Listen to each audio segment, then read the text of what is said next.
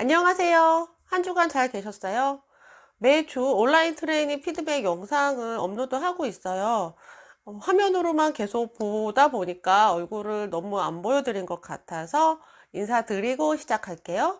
이번 주 온라인 트레이닝 피드백 영상 시작하겠습니다.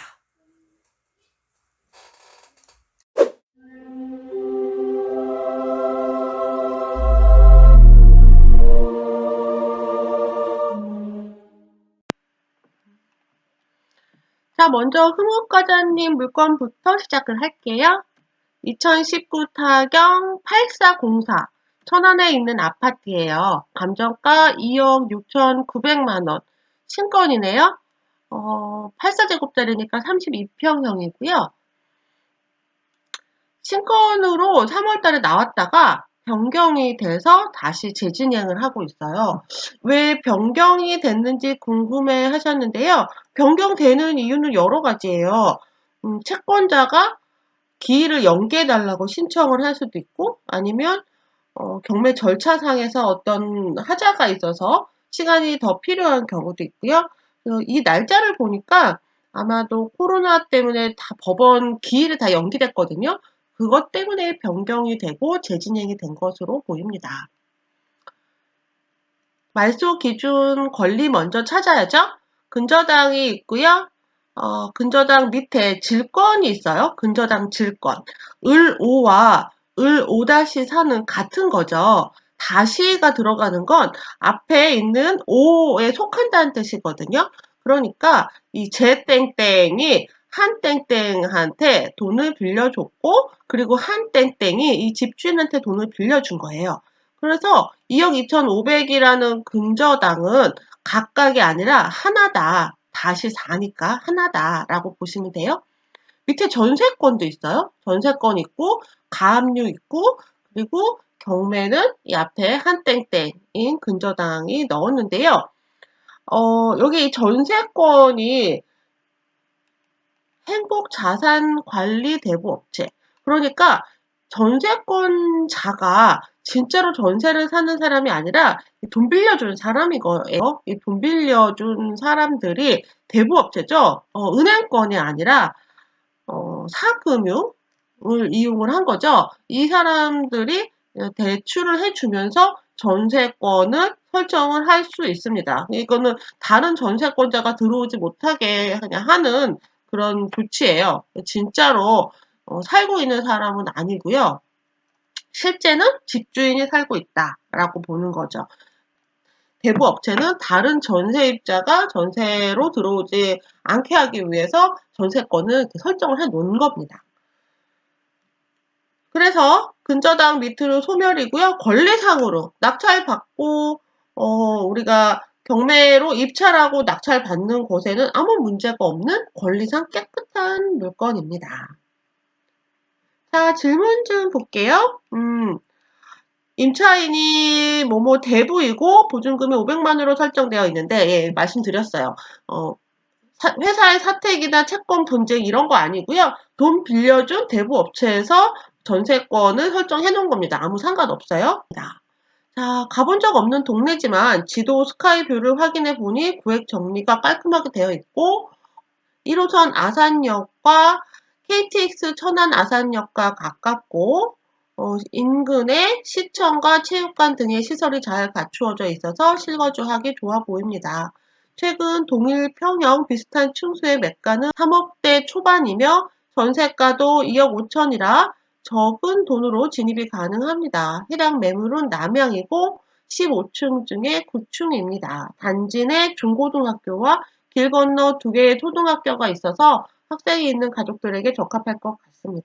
동네에서는 구축이지만 그리 오래되지 않았기에 근처의 신축들과 키맞추기를 하지 않을까 싶습니다. 지금 3억대, 그러니까 2억 8천부터 3억 4천까지도 거래가 됐어요. 여기서 이제 거래가가 매가 차이가 심하게 나거든요. 이렇게 차이가 나는 이유가 뭔지 좀 확인해 보실 필요가 있고요. 얘가 2004년식인데 뭐 인테리어 상태 때문에 그런지 매가 차이가 많이 나는 이유가 좀 궁금하네요. 그리고 전월세가가 2억 5천이니까 2억 5천 정도니까 말씀대로 매가랑 큰 차이가 없습니다. 네, 그래서 말씀대로 괜찮은 것 같아요. 네, 그리고 감정가도 좀 저렴하네요. 아마도 경쟁은 좀 있을 것으로 예상이 돼요. 네, 두 번째 물건이요.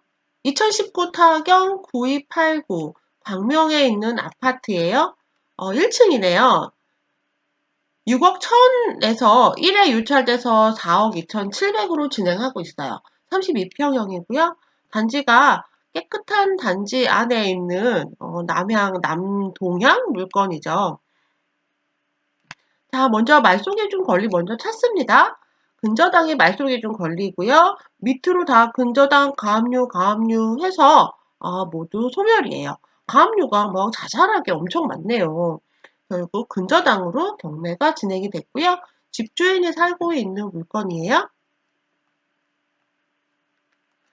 자, 질문 내용 볼게요.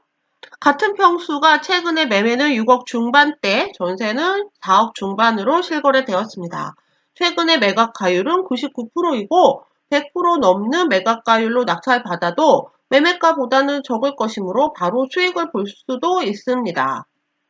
공공미납 관리를 인수한다고는 하지만 입찰 결정에 방해될 요소는 아닐 것으로 보이고요. 1층이라 평균 매가보다 적게 가격이 형성되겠지만 전용 면적 8사제곱으로 노인이나 아이들이 있는 가족에게 적합합니다. 임차인 없이 채무자가 거주 중이며 근저당이 소멸 기준입니다. 비교적 신축이고 금천구청 광명역과 가까워서 광명역 인근의 대장주들을 따라 가격이 점차 상승할 것 같습니다.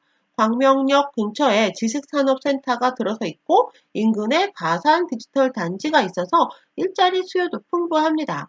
안양천과 가깝고 인근의 녹지 비율이 높으며 초중고 고등학교가 인접해 있고 소방서, 대형마트, 도서관 등 편의시설이 밀집해 있어서 실거주하기도 쾌적할 것 같습니다. 정말 자세하게 잘 조사를 해주셨어요. 자, 질문이요. 1회 유찰로 최저가가 감정가 대비 70%인 4억 3천으로 책정되어 있습니다. 신권 가격이면 매가와 비슷하므로 메리트가 없지만 지금 가격은 매력적으로 보입니다. 1회 유찰된 이유가 이것이 1회 유찰된 이유라고 생각하는데 맞을까요? 네네, 맞아요. 그래서 지금 감정가가 6억 선인데, 최근 매매가 6억 중반대였잖아요? 그런데 얘는 1층이니까 최고 6억 7천까지도 거래가 됐어요. 그리고 근데 1층이 6억으로 거래가 됐습니다. 그러니 6억 1000으로 들어가기에 살짝 애매한 가격이어서 유찰이 됐을 것으로 보이고요. 어쩌면 다음번 회차에는 감정가를 넘어설 수도 있을 거예요. 신권 가격이 매가보다 아주 살짝 낮아서 이럴 때는 이 물건의 가격이 또 계속 오름세다라고 하면 다음 회차에는 낙찰가가 이 감정가를 넘어설 수도 있습니다. 그런데 우리가 가격을 결정을 할 때는 기준이 감정가가 아니에요. 그리고 우리가 항상 보는 인근 통계도 아닙니다. 그리고 실거래가 정보에 나오는 실제 거래 가격도 아니고요. 입찰을 할 때 기준이 되는 가격은 어제 팔린 가격이에요. 어제 얼마에 팔렸는지를 참고할 수 있는 가격들이 바로 이 가격들이죠. 이것들은 다 참고 가격이고요. 우리는 이 여러 가지 감정가, 실거래가, 인근 통계가를 참고해서 어제 팔린 가격을 유추할 수 있고요. 그리고 진짜 입찰을 할 때는 입찰가는 어제 팔린 가격을 기준으로 합니다.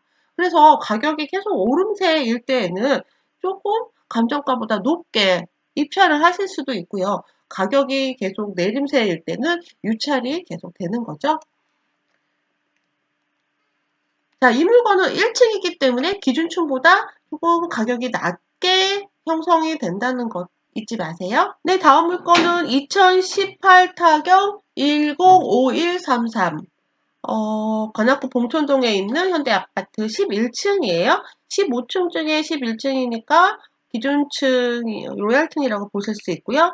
감정가 5억 7,500에서 계속 변경이 됐어요. 그리고 신건으로 진행을 하고 있습니다. 84제곱짜리고요.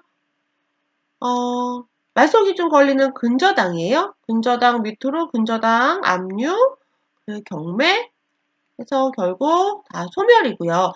이 집에 임차인으로 등록이 되어 있는 사람이 하나 있는데 지금 이거는 신고한 게 아니고요.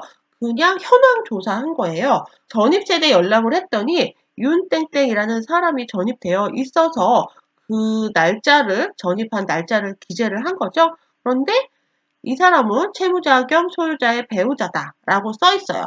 임차인이라고 볼 수 없습니다. 이게 딱 명명백백하게 써 있죠. 신경 안 쓰셔도 되고요. 근저당이 개인 대부업체에서 설정을 한 거예요. 그런데 계속 매각 기일을 연기해달라고 신청을 했죠. 뭐, 집주인이 이 빚을 갚겠다고 했을 수도 있지만, 요렇게 대부업체에서 계속 기일을 연기 신청을 하는 건, 좀 기일을 늦추기 위해서도 종종 그래요. 그러니까 이렇게 몇 개월이 지금 더 지났잖아요. 그 동안에 이자는 쌓이고 있겠죠. 게다가 이렇게 체납된 연체 이자는 금리가 꽤 높습니다. 그것 때문에 변경이 또 된 거다라고 보실 수 있고요. 특별한 이유는 없어요. 자, 질문이요. 전세권 배당 등이 없어서 대항력 없는 임차인이 있습니다. 임차인이 채무자의 배우자라서 배당금이 소멸될 것으로 예상되는데 이런 경우에 입찰하기에 문제가 없는 것 같습니다. 맞을까요? 네, 맞아요. 네, 괜찮습니다. 이거는 그냥 전입세대 연람에 있는 내용들을 기재한 것뿐이에요. 근저당 소멸 기준 아래로 모두 소멸이며 관리비 미납금이 180만 원이 있습니다. 7호선과 2호선 사이에 있어 어느 쪽으로든 접근이 용이하고 직장인 수요도 생각할 수 있습니다. 왜냐하면 동쪽으로는 강남, 서쪽으로는 구로, 가상과 인접하기 때문입니다. 파란 버스를 타고 한강을 건너면 용산, 종로로 접근하기도 수월합니다. 언덕에 있지만 마을버스가 아파트 단지 내로 다니며 지대가 높은 만큼 전망이 좋다고 알고 있습니다. 최근 실거래가는 매매 7억 초반이며 호가도 7억 원 선입니다. 15층 중에 11층 매물이라 매수자를 무난히 찾을 수 있을 듯 합니다. 네, 이렇게 계속 기일이 연기되는 동안 가격은 올랐고요. 아마 경쟁이 치열하게 꽤 높은 가격으로 낙찰이 될 것으로 예상이 됩니다. 생각보다 이제 좀 깔끔하고 많은 사람들이 좋아하는 물건들이기 때문에 낙찰가가 그리 낮지는 않을 것 같아요. 그러니 이 물건들이 낙찰이 어느 정도 선으로 되는지 지켜보시면서 적당한 입찰가를 선택하실 수 있을 거예요. 써니투님 대출에 대해서 궁금해 하셨는데, 대출가, 이 물건을 대출을 얼마나 받을 수 있는지 어떻게 확인을 할 수 있을지 궁금합니다. 미리 수익을 확인하려면 대출 가능 금액과 이유를 알아야 될 텐데, 낙찰 전에는 알 수 없는 건가요? 알 수 있죠. 확인하셔야 됩니다. 반드시. 입찰하시기 전에 대출 가능 금액이랑 그리고 이율이나 이런 것들 다 확인하셔야 돼요. 그런데 항상 이율은 정확하게 딱 정할 수가 없어요. 그래서 저는 보통 한 5% 그냥 잡습니다. 그리고 시중에서 나와 있는 가장 저렴한 이율로 하시면 좀 오차가 생길 수 있으니까 그거보다 조금 더 높게 잡아요. 대출 가능 금액은 강의에서 다 알려드렸어요. 그리고 지금 이 영상을 보시는 분들에게 팁을 드리자면 부동산 경매 무작정 따라하기 책에 대출 가능 금액을 다 기재해 드렸어요. 그래서 336페이지에 나와 있습니다. 336페이지에 나와 있고요. 얼마나 대출 받을 수 있는지 그리고 대출을 받는 방법에 대해서도 자세하게 몇 페이지에 걸쳐서 쓰여져 있어요. 이거 확인해 보시면 도움이 되실 거예요. 부동산 경매 무작정 따라하기 책에서 보시면 아실 수 있습니다. 자, 다음이요. 나라라 박님 물건이에요. 2019 타경 108503. 여기 중복이죠. 중복이 2개나 더 있어요. 그러니까 채권자가 지금 총 3명이 경매를 넣었다. 그런데 번호가 다 다르죠. 하지만 하나의 번호로 진행을 하고 있다라고 보시면 돼요. 대구 수성시에 있는 아파트고요. 감정가 7억 700에서 1회 유찰돼서 4억 9,490만 원으로 진행을 하고 있네요. 평형이 커요. 전용 41평으로 방이 4개짜리 그런 아파트예요. 지금 얘는 10층인데요. 10층이고 19층 중에 10층이니까 기준층이라고 볼 수 있고요. 주변에 이렇게 지도로만 봐도 아주 살기 쾌적한 그런 아파트 단지 내에 있다.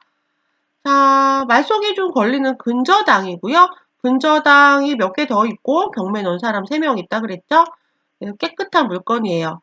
임차인은 없이 소유자가 점유하고 있습니다. 자, 질문 내용이요. 목적은 내 집 마련이고요. 지하철 2호선 가까이 있고 이동이 편리합니다. 시도가 가까운 거리라서 갑작스러운 상황에 대응하기도 좋습니다. 좋네요. 살기도 아주 쾌적한 동네로 보여요. 중복 말씀드렸어요. 다 소멸이고요. 아무 상관없어요. 중복이 있는 건 그냥 채권자가 여러 명이다. 번호가 여러 가지니까 하나로 진행한다라고 하는 거고요. 대구시 수성구는 투기 과열 지역인데 경락잔금 대출을 이용할 경우 일반 대출과 마찬가지로 주택담보대출 한도에 제한을 받나요? 네, 제한 받습니다. 제한 받아요. 경매로 낙찰되는 물건이라도 투기 지역하고 투기 과열 지구는 방법이 없이 다 적용을 받고 있어요. 자금 준비를 잘 하셔야 되겠죠? 그런데 1주택자, 첫 집을 마련하는 분들이라면 40%까지 대출이 됩니다. 만약에 6억 이하 물건이고 서민이면서 실수요자라면 50%까지 대출이 되고 있어요. 자, 다음 물건이요. 2019 타경 32955. 테크노 원힐 데스하임 이라는 아파트이고요. 감정가 2억 2천. 대구 달성군에 있는 곳이고요. 테크노폴리스 내에 위치를 하네요. 108동 안에 있는 아파트 중에 4층이에요. 4층이고 지금 감정가 2억 2천으로 1회 유찰돼서 1억 5천4백으로 진행을 하고 있습니다. 전용이 21평, 71제곱이에요. 말송이 좀 걸리는 근저당이고요. 밑으로 근저당 가압류해서 모두 소멸. 임차인이 없이 깨끗한 물건입니다. 권리상으로 깨끗한 물건 맞아요. 자, 목적은 전세를 임대 후에 시세차익을 내시려고 하고요. 대구 테크노폴리스 내에 위치하며 초등학교가 바로 앞에 있어서 어린 자녀를 둔 세대에 전세 임대하기 좋습니다. 현장 답사를 통해서 전세 물건이 많은지 확인을 해야 될 것 같아요. 네, 맞아요. 지금 이 물건처럼 신도시에 나오는 경매 물건들은 어떤가요? 특별히 주의해야 할 점이 있나요? 특별히 주의해야 할 거라기보다는 지금 가격이 올라갈 여지가 있는지 더 떨어질 여지가 있는지 이게 이제 중요하겠죠. 그러니까 신도시라면 아직 다 도시가 완성되지 않았잖아요. 그러면 새로 입주할 새 아파트들이 계속 생기겠죠. 그럴 때 이렇게 새 아파트들이 주위에 계속 많이 생기면 원래 기존 물건들은 구 아파트가 되는 거죠. 수요에 따라서 앞으로도 전세가가 계속 오름세가 유지될 것인지 여부가 중요할 것으로 보여요. 새로 만들어지는 도시에서 주거할 곳이 없으면 전세랑 매가가 같이 함께 올라갈 거고요. 그런데 새 아파트들이 입주가 막 시작이 되면 또 이 물건은 인기가 떨어져서 매가가 떨어질 수 있겠죠. 그러니 이 물건만 보기보다는 인근의 다른 물건들하고 같이 묶어서 보시는 게 맞습니다. 사실 이런 이야기는 신도시에만 국한된 건 아니죠. 항상 이렇게 전세로 임대를 할 예정이라면 다른 새로운 아파트들의 입주를 염두에 두시고 새로 아파트들이 들었으면 이 아파트에 있는 임차인들이 그쪽으로 이주를 할 것이다 라는 것을 염두에 두셔야 되는 게 맞겠죠? 네, 다음 물건이요. 2019 타경 32771 달서구에 있는 아파트고요. 감정가 3억 3,700에서 1회 유찰돼서 진행하고 있어요. 역시 전용이 31평, 방이 4개짜리인가요? 자, 말소기 중 권리는 근저당이고요. 밑으로 다 소멸입니다. 그리고 임차 내역 없이 소유자가 거주하고 있어요. 임금 채권이 있어요. 우리 임금 채권 공부했죠. 우선 변제권들보다 먼저 배당을 받습니다. 자, 임금 채권 우선 변제로 선순위 임차인은 배당 안 될 수 있으므로 임금 채권을 확인하시기 바랍니다. 이렇게 빨간 글씨로 쓰여져 있어요. 이게 어떤 내용이죠? 네, 배당을 확인을 할 때 우선 변제권을 가진 임차인이 있는데 그 중에서도 선순위 임차인이 있을 때는 반드시 배당을 확인을 하셔야 된다 그랬어요. 왜냐하면 선순위 임차인이 받아야 될 보증금을 새치기 하는 아이들이 있는데요. 바로 그 중에 하나가 임금채권이죠. 임금채권은 순서가 굉장히 빨라요. 임금채권은 3개월치의 급여와 3년치의 퇴직금이거든요. 그러니까 이 집에 살고 있는 이 사람은 어떤 회사의 사장이라는 얘기죠. 사장집이 경매에 넘어가게 되면 그 배당을 임금 채권자가 받아갈 수 있습니다. 그래서 왜 중요하다고 말씀드렸어요? 선순위 임차인이 있을 때. 하지만 여기는 선순위 임차인이 없고 집주인이 살고 있죠. 그래서 아무 상관이 없습니다. 집주인이 살고 있는 집은 임금 채권 신경 안 쓰셔도 돼요. 자, 목적은 전세 임대 후의 시세 차익입니다. 지하철 2호선과 가까이 있어서 대중교통 이용이 편리하고 인근에 산업단지가 있어서 임대 수요가 있습니다.